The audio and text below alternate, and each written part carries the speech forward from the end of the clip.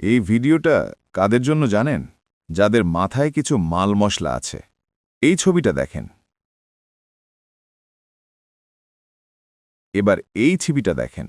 উপরে দেখছো কার ছবি? জাতির আব্বার ছবি। আর এ থেকে আমাদের নতুন প্রাইম মিনিস্টার। ঠিক আছে, এবার আসেন, ব্যাখ্যাতে আসেন। বেশি সংবিধান করে যে লাফাস, দেখ এবার পড়।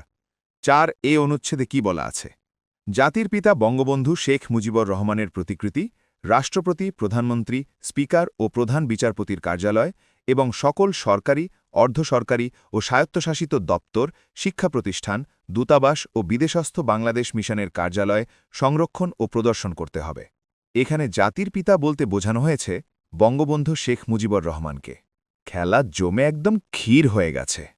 এখন তোদের প্রধানমন্ত্রী যে জাতির উদ্দেশ্যে সে ভাষণ দিচ্ছে, অথচ তার মাথার উপরে যে জাতির পিতা বঙ্গবন্ধুর ছবি লটকায়নি, এটার জন্য তো এখন তার ভাষণও অকার্যকর ও অবৈধ হয়ে গেছে। তোরা এখান থেকে সংবিধানের কিছু নিবি, ওখান থেকে সংবিধানের কিছু নিবি, সংবিধানের এটা মানবি ওটা মানবি না, এটা কিসের সংবিধান? ৮৪টা সংশোধনী আনা হয়েছে জুলাই সনদে। ৮৪টা তোমরা মানবা না, বাট সংবিধান মানবা। এটা কিসের সংবিধান হলো? তাড়াতাড়ি বঙ্গবন্ধুর ছবি লটকা।